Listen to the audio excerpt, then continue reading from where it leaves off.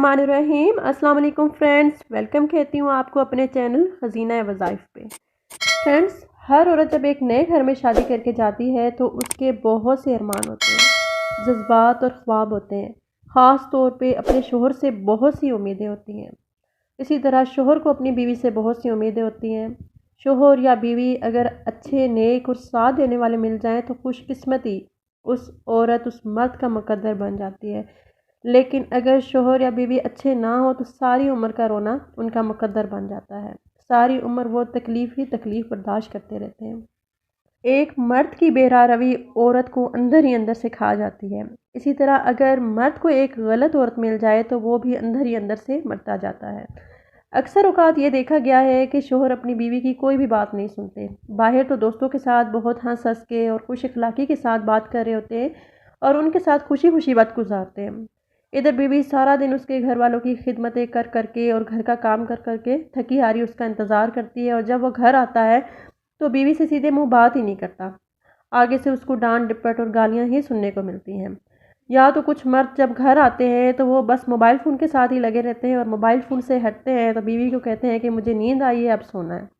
ये नहीं सोचते कि उसकी बीवी सारा सारा दिन उसके घर वालों की खिदमतें और घर का काम कर करके थकी हारी उसके इंतज़ार में होती है कि कब वो घर आएगा और उससे कुछ मीठे बोल बोलेगा या तसल्लियाँ देगा। और कुछ केसेस में ये होता है कि कुछ औरतों के शोहर बाहर गैर औरतों में दिलचस्पी लेते हैं, उनके साथ पूरा पूरा दिन वक्त गुजारते हैं और अपनी बीवी का पता ही नहीं।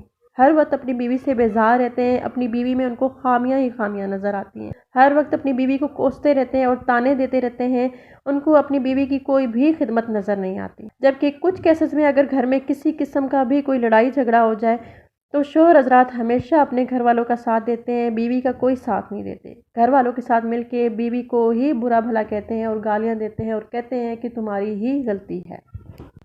या अगर शोहर के साथ ऐसा मामला हो, यानी बीवी ऐसी मिली हो कि उसकी कोई बात भी ना सुनती हो, या ज़िद्दी हो, या खिदमत ना करती हो, या और भी बहुत सारी वजूहात हो सकती हैं।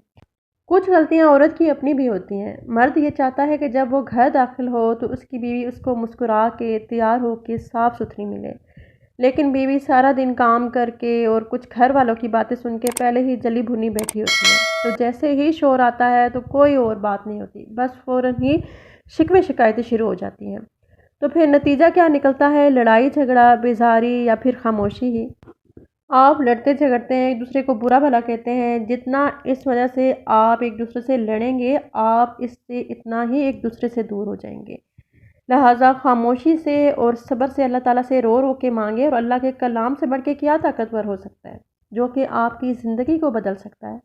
अल्लाह की कलाम से अपना ताल्लुक़ जोड़े और अल्लाह के कलाम के ज़रिए अल्लाह से मदद मांगे।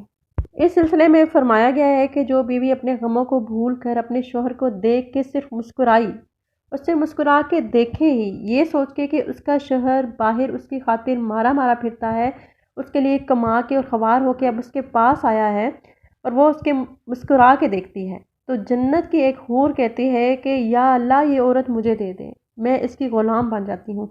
तो अल्लाह ताला भी कहता है कि मेरा तुमसे वादा है कि ये औरत मैंने तुझे दे दी। तो जिसकी जन्नत की हूर ग़ुलाम बन गई तो इसका मतलब ये है कि जन्नत में उसका दाखिला लाजमी बन गया है। वजीफ़े पे जाने से पहले कुछ नफ्सियाती चीज़ें ऐसी हैं जो मैं औरतों को बताना चाहती हूँ। वो ये है कि आप अच्छे बर्ताव से, अच्छे अखलाक से, खुशबू से, अपने बनाव सिंगार से और प्यार और शफ़क़त से और ख़िदमत से अपने शौहर को बदल सकती हैं। आप उन पे एतमाद करना सीखें और उनको बताएं कि आप उन पे एतबार करती हैं, ताकि अगर वो कोई गलत कदम उठाना भी चाहें तो उनके दिमाग में ये सब चीज़ें रहें और उनके दिमाग में ये भी रहे कि उसकी बीवी उस पर कितना एतबार करती है।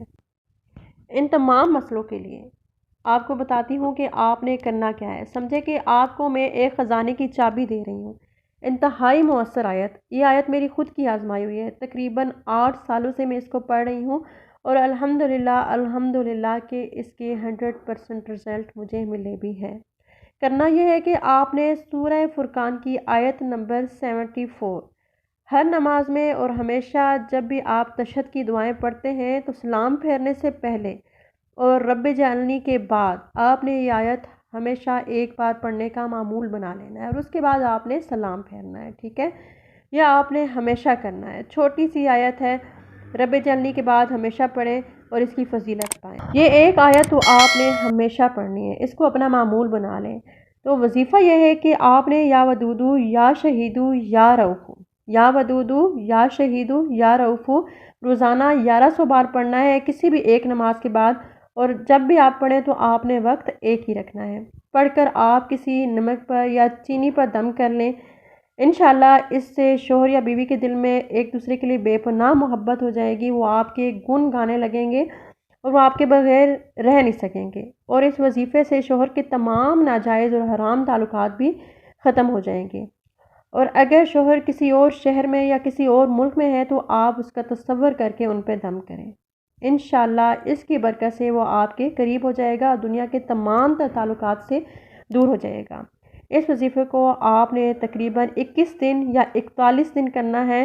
اس کا ایسا تیر بہدف رزلٹ آئے گا کہ آپ کے گھر میں خوشیوں کی شادیاں آنے بچیں گی۔ فرینڈز، امید کرتی ہوں کہ میری آپ کو آج کی یہ ویڈیو ضرور پسند آئے گی اور اس وظیفے کی برکات آپ کو ضرور دیکھنے کو ملیں گی۔ اس ویڈیو کو، اس وظیفے کو صدقہ جاریہ سمجھ کے زیادہ سے زیادہ شیئر کریں۔